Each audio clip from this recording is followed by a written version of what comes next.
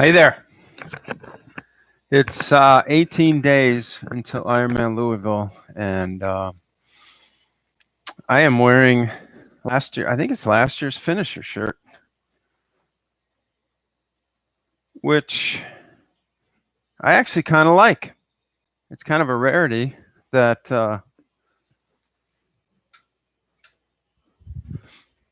ever wear these tech shirts. I'm not a big fan of tech shirts for running. I either run in my kit top or no shirt. Sometimes I wear a very, very thin gray poly blend. The tech shirts, I don't know, they just stink. So I don't ever wear these, but this is kind of cool. It looks good. It feels all right just to wear, but I don't know if I really like running in it. Today, yeah, it was a double day. I mean, it's 18 days. I'm on a taper, but today was a 50-minute run, 40-minute. I think I went 45-minute run, zone 2. Did that this morning after the podcast. I am Mike, by the way, from the Crushing Iron podcast, co-host and color commentator, along with Coach Robbie. And we have recorded, I think, episode 202 this morning, and it'll be released tomorrow, which is Thursday. Monday and Thursday is always when we release it. I am counting down my road to Ironman Louisville. This will be my third time doing Louisville. It ate me alive during the hot years, and then last year I kind of slugged my way through it and promised that I wasn't going to do it again. About mile 9, made an internal promise to myself that I would not do any Ironman this year unless I was going to train for it and be ready. So I have I guess poured my heart into a lot more than usual. Maybe a little more, but a lot more. Anyway, so I'm sticking with the plan. Robbie got me on the plan about a month and a half ago.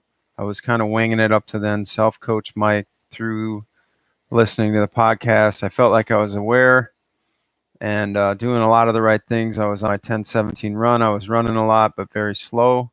I was riding a lot and just trying to get to the pool a lot. And now for the last month and a half, I've been on Robbie's plan, and I've been pretty solid with it. I think he'll even tell you that he is shocked by the number of greens I'm throwing at him.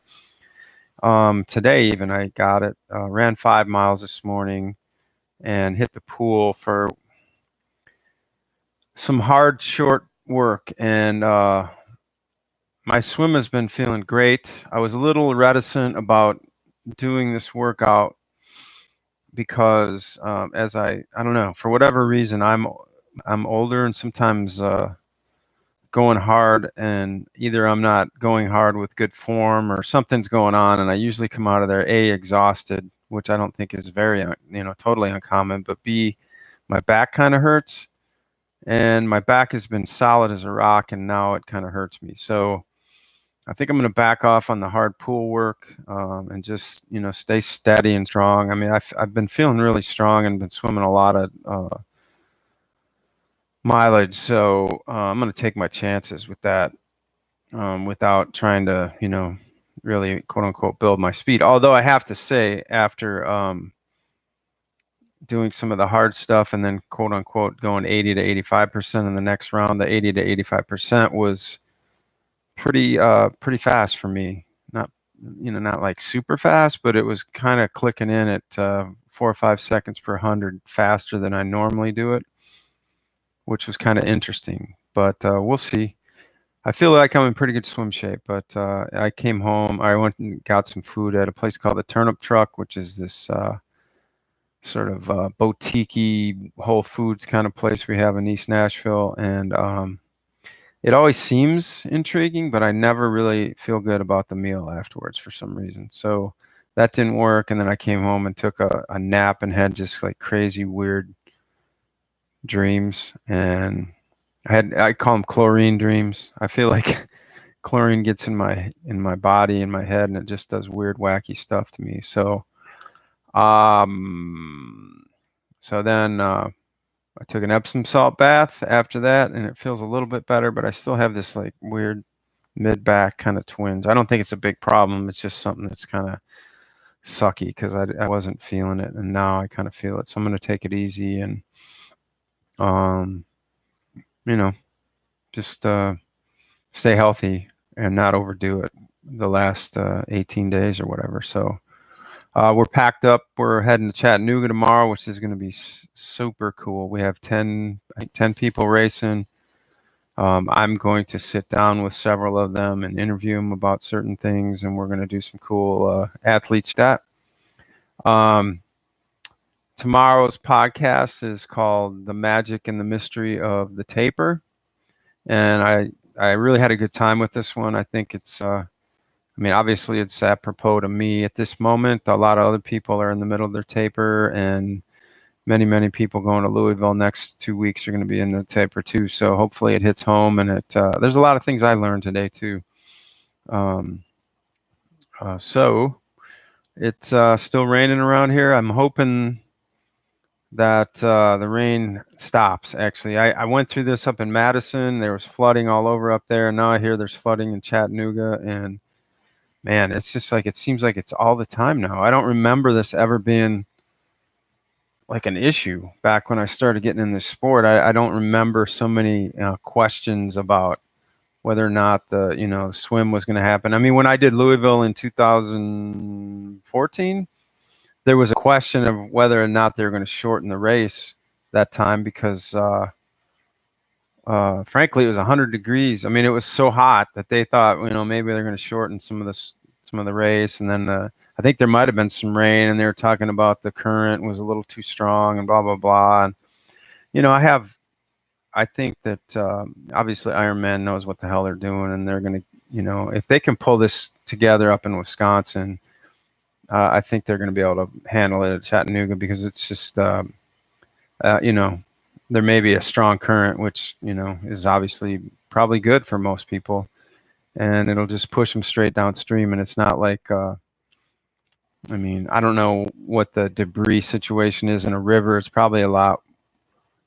I could be speaking out of my ass here, but it seems like it might get worse in a lake because there's really nowhere for it to go. But in a river, it goes downstream, but of course it comes from the upstream. So who knows?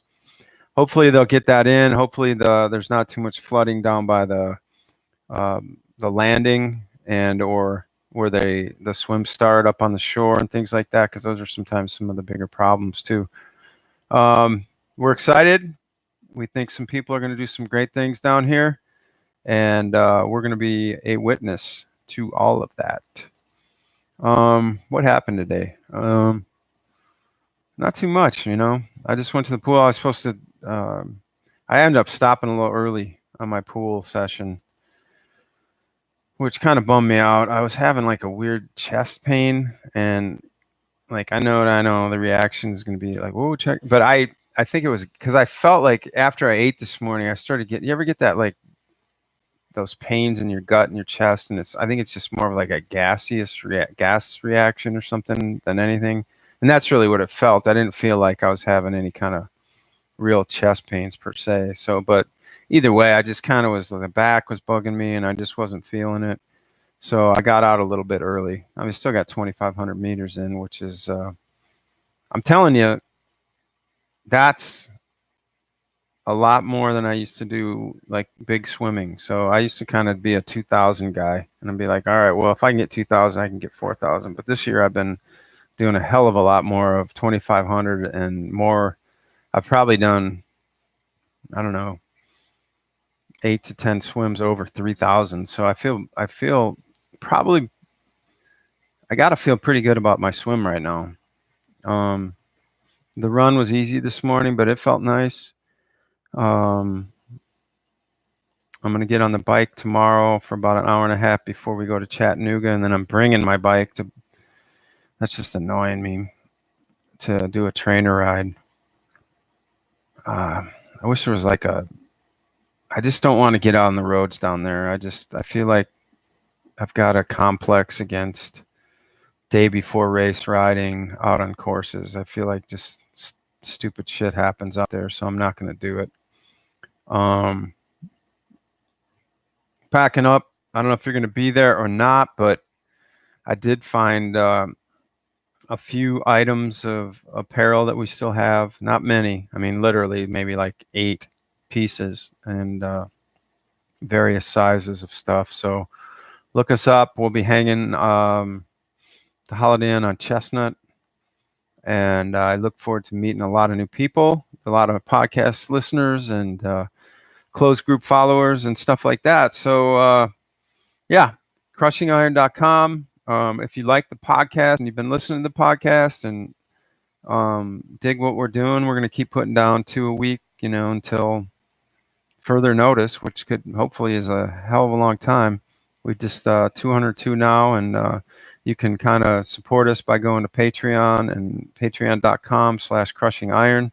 We have a simple $3.26 a month contribution pledge, and then there's a $13.26 per month, and that stuff goes a long way. I mean, it goes a long way towards helping us stay motivated and pay our bills of hosting and web domains, and there's a lot of fees with putting the podcast up and things like that, little things that always keep creeping up that whatever. So we do a lot of content, and I'm hoping to do a ton of content this weekend from Chattanooga. We're going to crush the gram, and I don't know. That's about that. So thanks for joining us on day 18 days to Louisville. I don't know. I'm on a 5 today. 5 on a scale of 1 to 10 excitement. The back things got me a little bit setback, but I promised myself I wasn't going to overthink it, and I'm not gonna. Hopefully I'll wake up tomorrow and feel much better, because you know how that can happen sometimes. Thanks for joining us, and check out the podcast tomorrow, The Magic and Mystery of the Taper. It should be out early, bright and early in the morning for you to listen on your trainer ride or your morning jog. Why don't we call it jogging anymore? Maybe because, I don't know. But thanks for coming in, and I'll talk to you tomorrow, probably from Chattanooga. See ya.